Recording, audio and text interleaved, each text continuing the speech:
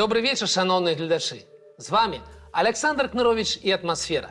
Лукашенко пакуль яшчэ не выйграў без выбары, але ўжо ўзнагародзіў сам сябе.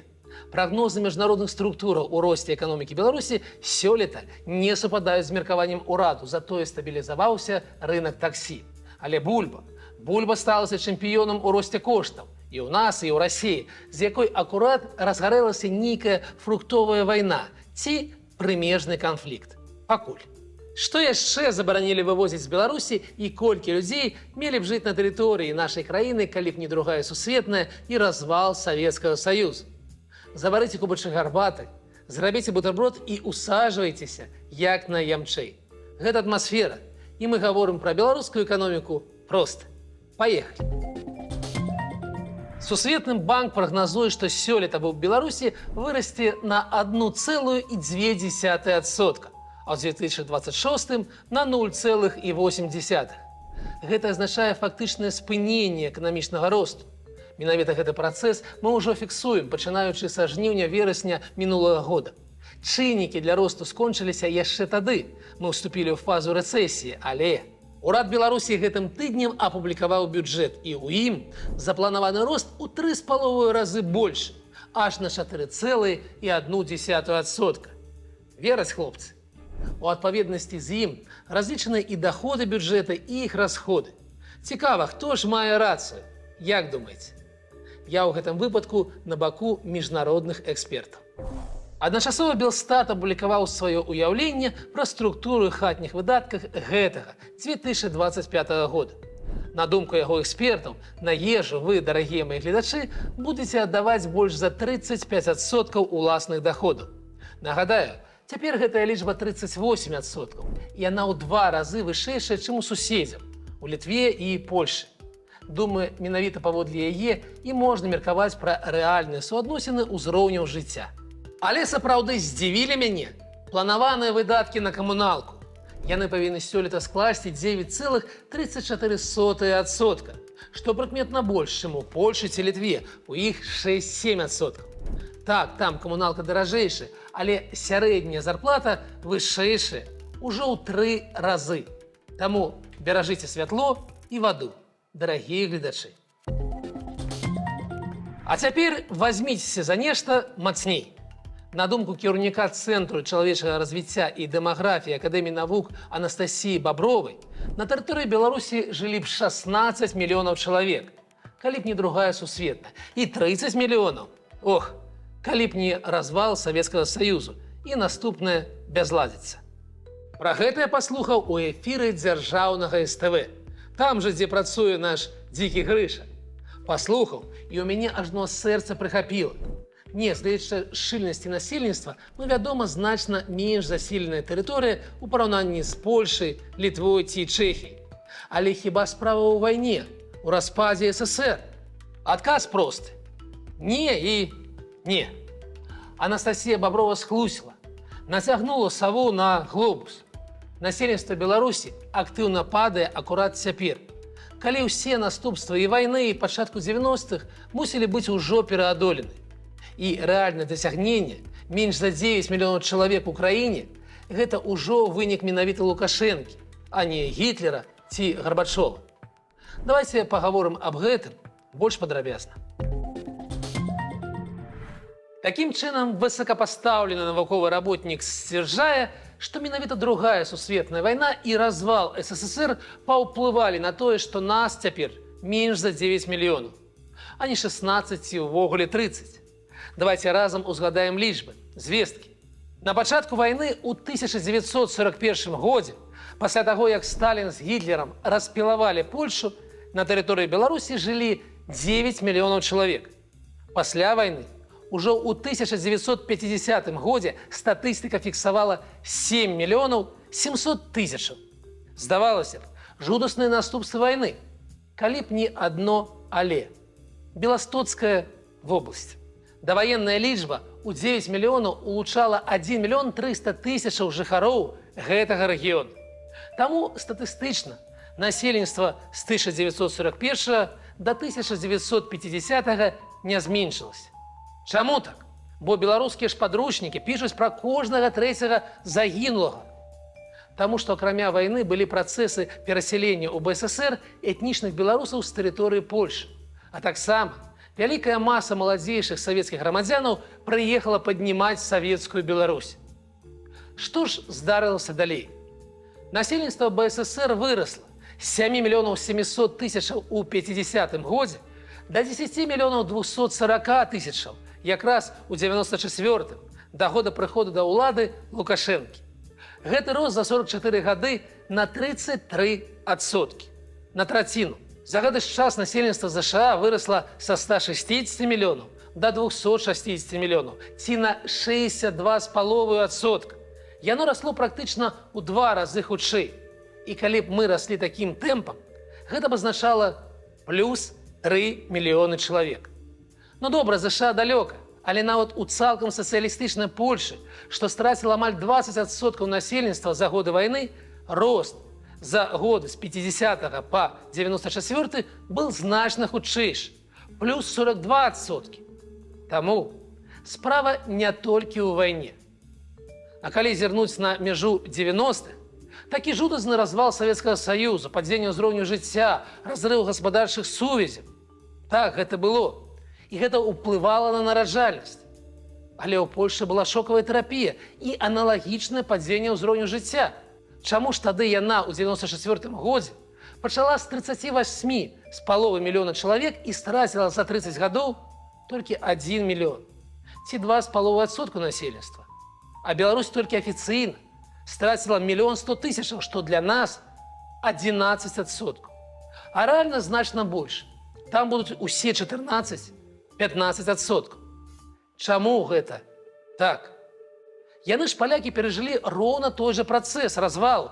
І яшчэ з 2011 года маюць магчымасць з'ехаць у любую краіну Еўропы і працаваць там са сваім пашпартам. Мы такой магчымасці не маем, і тым не менш. І другая сусветная вайна паўплывала. І шок пачатку 90-х таксама паўплываў. А яшчэ жыццё ў Савецкім Саюзе. І 30 гадоў пад Лукашэнкам яны адбіліся на стане насельніцтва Беларусі значна горш за вайну. Вернемся да навіну. Бульба. І зноў пра яе. Аказалася, што нездарма забаранілі яе вываз. Уражай на чвэрць ніжэйшы, чым у 23-м, мінімальны за ўсю гісторыю назірання. Менавіта таму гэтая спрадвечна беларуская гародніна сталася рэкардсменам у росце коштаў Беларусі – 32% за год. Дарэчы, у Расіі яшчэ больш – 92%. Але дэфіцыту ўсё ж не будзе. Ну, напэўна. Ды і не бульбу адзіную. На гэтым тыдні адбыўся дзіўны інцыдэнт на беларуска-расейскай мяжы. Туды, у Расію, не пусцілі партыю турэцкіх грушаў, што ехалі чамусьці менавіта праз Беларусь. Як думаеце, чаму? Я гляджу на карту і не разумею. Але і ў адваротны бок да нас таксама забаранілі праезд 4 тонаў хурмы і мандарынаў. Нешта пайшло не так з фітасанітарным кантролем і суправаджальнымі дакументамі. На гэтым тыдні да бульбачкі, яблыкаў, цыбулі і капусты, што забаронена свабодна вывазіць у тую ж Расію, дадаліся гліна і пясок. Так, менавіта пясок і заадно граніт і іншы камень для помнікаў. З чым звязаная забарона не паведамляецца. Але падкажыце, мы ўсё яшчэ будуем саюзную дзяржаву? Ці ўжо можна замаўляць ёй помнік? І пра добрае. Рынак таксі стабілізаваўся. Як вы памятаеце, пастанова ўвесці дадатковыя патрабаванні да таксістаў стварыла калапс на пачатку лістапада. Кошты былі вышэйшыя за варшаўскія, набліжаліся да лонданскіх. Тады мы казалі пра тое, што калі нічога не чапаць, то рынак сам сябе адрэгулюе. І вось колькасць таксістаў зраўнялася з перадкрызіснай, праблема развязана.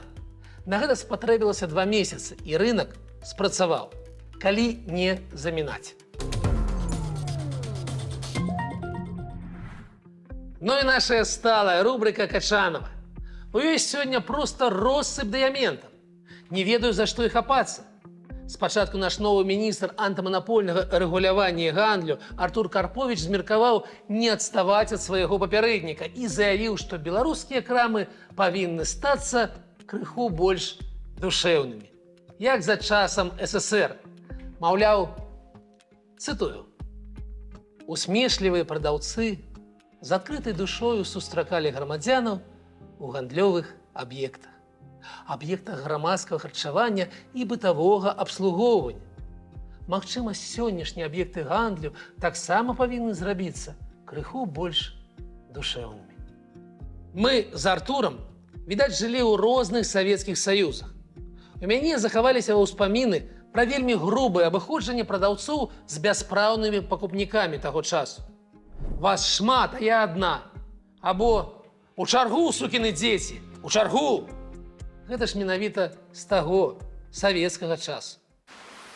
В очередь, сукины дети, в очередь!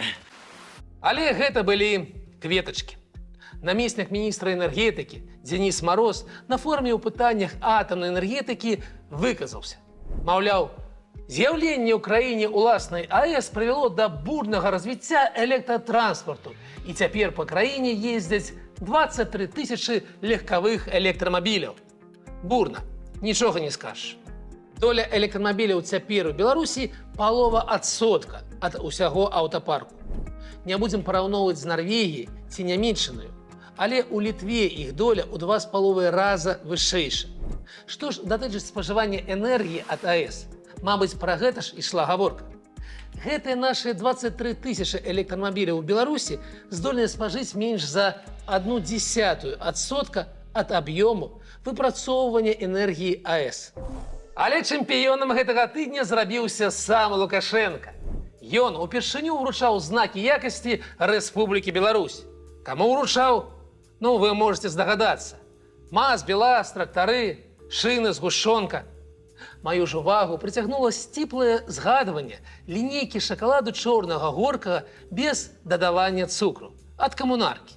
Калі ўсе астатнія тавары смела называліся па імёнах, то тут была нейкая незразумелая недагаворанасць. Разгарнуў я ілюстрацыю і дакладна. Як бы прэзідэнт Лукашенко уручыў знак якасці шакаладу свайго імя. Прэзідэнт. Гэта значыць, узнагародзіў сам сябе. Ну, так выходзіць. Ну што, дарагія мае гледачы, схадзілі на як бы выбары. Як там гэтым разам з буфетам? Песні, танцы, усё паводле плану. Свята яднання сапраўды усенароднае. Я думаю, што магу спрагназаваць вынік. Ну, не можаш ён быць горшым за папярэдні. Пагатоў, што 500 000 незгодных з'ехала з краіны. Таму яўка крыху вышэй за 80. І агульнае падтрыманне 87-90%. Бліжэй да 90 будуць цягнуць праз нежаданне даць другому месцу, нашаму Олегу з Кукішам, нават 5%. Бо можаш заганарыцца, будзе хадзіць, расказваць, што за яго 500 000 беларусаў. А гэта кепска.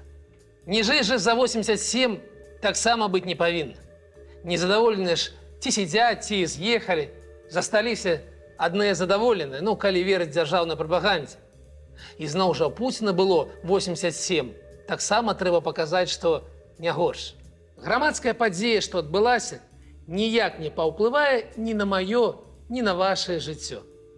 Больш за тое, гледзячы, як спрытна малююць лічбы да тэрміновага галасавання, можна быць упэўненым. Рэальны вынік не хвалюе увогуле нікога внутры Беларусі. Таму байкот, галасаванне супраць усіх, за хіжняка ці нават, о Боже, за самога Лукашэнку не маюць ніякага значэння. Ні вашых галасоў, ні прысутнасці, бо адсутнасці на ўчастку ніхто не лічыў. Вы асабіста ўладу не цікавіце. Таму давайте паспрабуем адказаць ёй тым жа. Давайте паспрабуем будаваць сваё жыццё незалежна ад яе, наколькі гэта магчыма.